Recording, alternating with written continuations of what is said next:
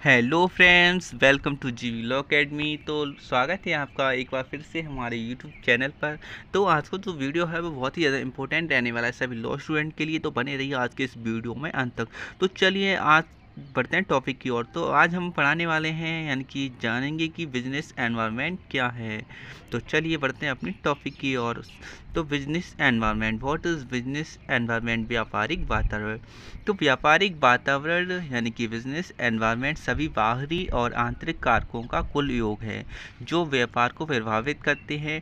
आपको ये ध्यान रखना चाहिए कि बाहरी कारक और आंतरिक कारक एक दूसरे को प्रभावित कर सकते हैं और एक व्यवसाय को प्रभावित करने के लिए मिलकर काम कर सकते हैं। व्यावसायिक वातावरण से आशय उन समस्त बाहरी आर्थिक, सामाजिक, राजनीतिक एवं प्राकृतिक शक्तियों से है जो कि व्यवसाय एवं उसकी प्रचलन को प्रभावित करती है। जिस तरीके से एक मनुष्य का एनवायरनमेंट होता है यानी कि हमारी जो ह्यूमन बॉडी है उसके सिवाय जो हमारे आसपास में जो कुछ भी पाया जाता है वो हमारा एनवायरनमेंट होता है। उसी प्रकार से जो बिजनेस होता है उसका भी एनवायरनमेंट होता है यानी कि बाहरी जो तत्व और आंतरिक जो तत्व पाए जाते हैं उससे जो है बिजनेस भी प्रभावित होता है। जिस तरीके से हमारी बॉडी जो है प्रभावित होती है उसी प्रकार से बिजनेस भी कई जो कारक है उन पर आधारित होता है और उनसे जो है प्रभावित होता है। तो वह जो है उसका क्या कहलाता है? Business environment. यानी कि बिजनेस का एनवायरनमेंट वह है जो कि उसे प्रभावित करे यानी कि उसके आसपास का वातावरण क्या है वो उससे जो प्रभावित करता है। तो ये सभी शक्तियाँ व्यवसाय के नियंत्रण से प्रेरित होती हैं। मतलब व्यवसाय का इन सब पर कोई नियंत्रण नहीं रहता है किंतु ये व्यवसाय को प्रभावित करते हैं। इस तरह व्यावसायिक वातावरण विभिन्न घटकों के संयोग से बना है जिस पर हमारा कोई नियंत्रण नहीं है और अधिक से अधिक हम उनका अध्ययन कर अपने आप को समायोजित कर सकते हैं। व्यावसायिक वातावरण विभिन्न सामाजिक, आर्थिक, राजनीतिक एवं वैधानिक दशाओं का जो है योग है जिनके अंतर्गत व्यवसाय को कार्य करना होता है। तो मैंने आपको बताया था कि व्यावसायिक जो वातावरण है वो विभिन्न जो सामाजिक, आर्थिक, राजनीतिक जो दशाएं हैं उन सभी का जो है योग है और इसके अंतर्गत जो है व्यवसाय को कार्य करना होता है। यानी कि जब हम भी अपने बिजनेस को कब आगे बढ़ा सकते हैं? जबकि जो है हम अपने आसपास की जो चीज़ें हैं कि सरकार के रूल क्या आ रहे हैं, राजनीतिक दशा क्या है हमारी आसपास में, आर्थिक दशा क्या है, वैधानिक दशा क्या है, इन सभी चीज़ों को देखकर ही जो है हम अपने बिजनेस को आगे बढ़ा सकते हैं। तो ये जो बिजनेस एनवायरनमेंट है उसको जो है एक अच्छी उन्नतिशील बनाने के लिए जो है हमें बिजनेस एनवायरनमेंट की ज़रूरत पड़ती है। हमें देखना पड़ता है कि हमारा जो एनवायरनमेंट है बिजनेस के लिए वो सूटेबल है या नहीं। आई थिंक आप इसे समझ गए होंगे। तो बढ़ेंगे हम इसकी नेक्स्ट। तो प्रमुख विद्वान के द्वारा व्यावसायिक वातावरण की जो है कई परिभाषाएं दी गई हैं वो किस प्रकार हैं चलिए जानते हैं। तो रॉबिन्स के अनुसार व्यावसायिक वातावरण उन संस्थाओं तथा शक्तियों से बना होता है जो किसी संगठन के कार्य निष्पादन को प्रभावित करती है किंतु उस संगठन का उन पर बहुत कम नियंत्रण होता है। तो बढ़ते हैं दूसरी डेफिनेशन की ओर। रेनकी के अनुसार व्यावसायिक वातावरण में उन सभी बाहरी घटकों को सम्मिलित किया जाता है जिससे व्यवसाय प्रत्यक्ष या परोक्ष रूप से जो है प्रभावित होता है। तो रेनकी के जो अनुसार जो है व्यावसायिक वातावरण जो है इसमें कौन कौन सम्मिलित है? वह बाहरी घटकों को सम्मिलित किया जाता है जिससे कि जो वातावरण है यानी कि बिजनेस एनवायरनमेंट जो है वो है प्रत्यक्ष यानी कि डायरेक्ट या फिर इनडायरेक्ट रूप से जो है प्रभावित होता है या अफेक्ट होता है। तो आई थिंक आप इसे समझ गए होंगे। तो बढ़ेंगे हम इसके जो है नेक्स्ट। तो अब हम जानेंगे बिजनेस एनवायरनमेंट की विशेषताएं यानी कि characteristics of the business environment. तो बिजनेस के माहौल में कई जो है अलग अलग विशेषताएं हैं। तो पहली विशेषता जो है गतिशील प्रकृति। ये मार्केट, ट्रेड, इकोनॉमी, पॉलिसी और टेक्नोलॉजिकल एडवांसमेंट जैसे विभिन्न बाहरी कारकों से लगातार बदल रहा है। इस गतिविधि के लिए बिजनेस को अपनी रणनीतियों में सुविधाजनक और अनुकूल बनाने की आवश्यकता होती है। ऐसी कंपनियों जो परिवर्तनों का प्रभावी ढंग से जवाब देती हैं प्रतिस्पर्धी लाभ प्राप्त करती हैं। तो जिस तरीके से आप देख रहे होंगे कि जो हमारा प्रेजेंट है उसमें जो है हमारी जो डेली नीड्स हैं उनमें भी जो है चेंजेस आ गए हैं। साथ ही साथ जो है ट्रेंड आप देख रहे होंगे, नया से नया ट्रेंड आ जाता है। तो ये जो है गतिशील प्रकृति जो है कहीं ना कहीं बिजनेस को जो है अफेक्ट करती है। तो बिज़नेस को जो है टाइम टू टाइम चेंज होना चाहिए। उस अपनी जो काम है, बिज़नेस है, उसमें जो है चेंजेस लानी चाहिए, जिससे कि हम जो है समाज में जो दशा चल रही है उसके अनुसार जो है अपना बिज़नेस कर पाएँ। तो ये जो है बहुत ही इम्पोर्टेंट कारक है या कहूँ विशेषता है। तो नेक्स्ट क्या है, जटिलता। कई कारक और उनकी इंटरेक्शन बिजनेस को नेविगेट करने के लिए एक जटिल परिदृश्य बनाते हैं। ये जटिलता आंतरिक गतिशीलता और बाहरी प्रतिस्पर्धी लैंडस्केप दोनों से उद्भूत हो सकती है, जिसमें बिजनेस को पर्यावरणीय प्रभावों को समझने और भविष्यवाणी करने के लिए अत्याधुनिक विश्लेषणात्मक उपकरणों का जो है उपयोग करने की आवश्यकता होती है।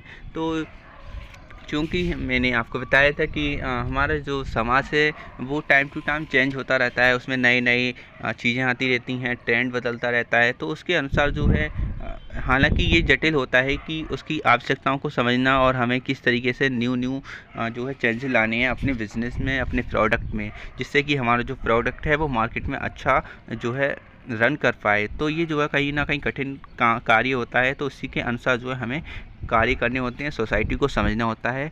तो आई थिंक आप इसे जो है समझ गए होंगे। तो बढ़ेंगे इसके नेक्स्ट, अनिश्चितता।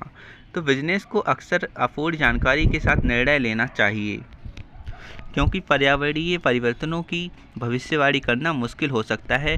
ये सुनिश्चितता रणनीतिक प्लानिंग को प्रभावित कर सकती है और कंपनियों को अप्रत्याशित बदलावों को संभालने के लिए अनुकूल परिचालन क्षमताओं को बनाए रखे।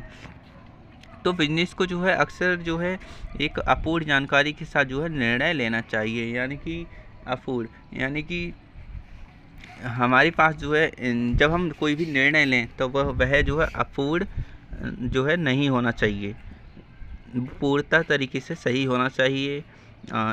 इसमें जो है टाइपिंग मिस्टेक हो गई है गाइस, तो अपूर्ण नहीं पूर्ण जानकारी के साथ जो है निर्णय लेना चाहिए। यानी कि हम जो भी डिसीजन लें अपने बिजनेस से संबंधित, उसमें जो है एक निश्चितता होनी चाहिए कि हम जो है कर क्या रहे हैं और हमारी इस बिजनेस से जो है आगे जाकर क्या प्रॉफिट मिलेगा भी या नहीं मिलेगा। तो ये सब चीज़ें देखकर जो हमें कोई भी डिसीजन लेना है और उस पर निश्चित रूप से जो है कार्य करना है। तो आई थिंक आप इसे समझ गए होंगे। तो नेक्स्ट, सापेक्षता। ये अलग अलग क्षेत्र और देश के लिए अलग अलग होता है, जो स्थानीय स्थितियों और सांस्कृतिक पहलुओं से प्रभावित होता है। एक भौगोलिक क्षेत्र में जो काम करता है वह किसी अन्य क्षेत्र में काम नहीं कर सकता, जिसके लिए स्थानीय व्यवसाय रणनीतियों की आवश्यकता होती है।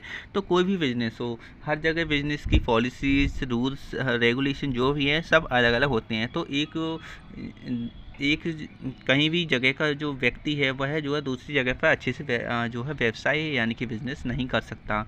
तो ये जो है कहीं ना कहीं एक बहुत ज़्यादा इम्पोर्टेंट कंडीशन है हमारी बिजनेस एनवायरनमेंट की, विशेषता है, कैरेक्टरिस्टिक्स है कि कोई भी जो बिजनेसमैन है वह जो है हर जगह बिजनेस नहीं कर सकता। उसके लिए उसके रूल्स रेगुलेशन जो भी हैं उसे पता होना चाहिए। और ये जो है कहीं ना कहीं बहुत ज़्यादा इम्पोर्टेंट है। तो अंतर संबंधितता, पर्यावरण के विभिन्न वर्ग परस्पर जुड़े हैं, जिसका अर्थ एक क्षेत्र में बदलाव दूसरों को प्रभावित कर सकती है। उदाहरण के लिए टेक्नोलॉजी में नियामक बदलाव प्रोडक्ट के विकास को प्रभावित कर सकता है, जिससे मार्केट स्ट्रेटजी और ग्राहक इंटरेक्शन प्रभावित हो सकती है। तो हमारे जो पर्यावरण है यानी कि बिजनेस पर्यावरण है, जो बिजनेस एनवायरनमेंट है, उसमें जो है अंतर संबंधिता यानी कि आपस में जो है रिलेशन पाया जाता है।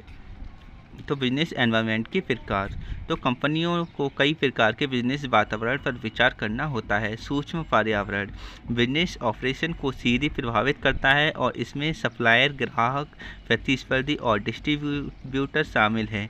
इसके लिए बिजनेस को बढ़ाने के लिए मजबूत संबंध और प्रभावी सप्लाई चेन मैनेजमेंट बनाने की आवश्यकता होती है। इस पर्यावरण को समझने और मैनेज करने से कंपनियों को अपनी मार्केट स्थिति और लाभ को बढ़ाने में जो है मदद मिलती है। तो जो हमारी बिजनेस एनवायरनमेंट है उसको समझने से जो है, जब हम सोच या समझ लेंगे कि हमारी तरफ हमारे आसपास जो है बिजनेस का एनवायरनमेंट क्या है, क्या हमारी जो बिजनेस है वो अच्छी तरीके से चल पाएगा या नहीं चल पाएगा, जब हम इस चीज़ को जो है समझ लेते हैं तो ये जो है हमारे बिजनेस को जो है एक अच्छी दिशा देने में बहुत ही ज़्यादा अहम भूमिका निभाता है। तो आई थिंक आप जो है इसे समझ गए होंगे। तो इसको इस प्रकार का जो डिसीजन है वो जो है सूक्ष्म पर्यावरण कहलाता है। तो बढ़ते हैं इसके नेक्स्ट। मैक्रो परिवेश आर्थिक, राजनीतिक, कानूनी और तकनीकी कारकों जैसी अर्थव्यवस्था में सभी व्यवसायों को प्रभावित करने वाली व्यापक शक्तियों को शामिल करता है। ये तत्व अक्सर मार्केट प्लेस में अत्यधिक अवसरों और चुनौतियों का निर्धारण करते हैं और रणनीतिक संरेखन के लिए सावधानी पूर्वक जो है विश्लेषण की आवश्यकता होती है।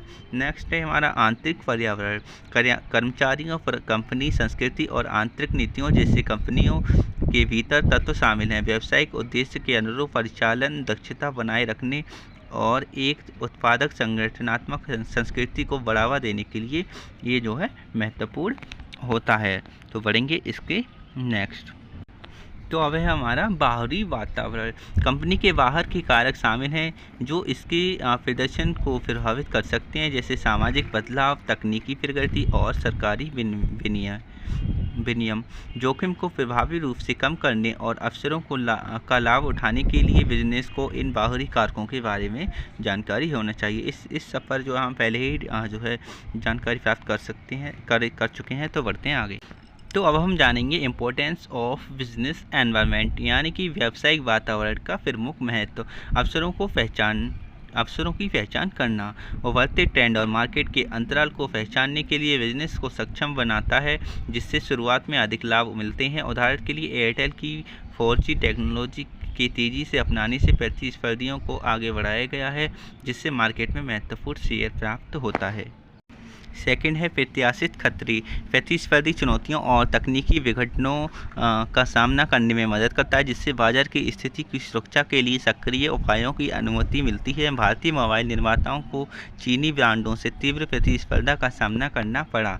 रणनीतिक समायोजन को प्रेरित करना। संसाधन के उपयोग को अनुकूल बनाना। फाइनेंस, कच्चे माल और श्रम जैसे संसाधनों के कुशल आवंटन को सुविधा प्रदान करता है। उत्पादकता को अनुकूल बनाना और प्रतिस्पर्धात्मक को बढ़ाना। ये स्ट्रेटेजिक अलाइनमेंट लगातार ऑपरेशन परफॉर्मेंस और ग्रोथ को सपोर्ट करता है। तो चलिए बढ़ते हैं आगे।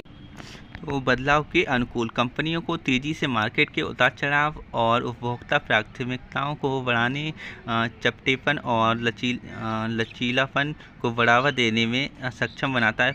पर्यावरणीय अंतर्दृष्टि को अपनाने वाले बिजनेस इनोवेशन कर सकते हैं और स्ट्रेटजी को प्रभावी ढंग से एडजस्ट कर सकते हैं।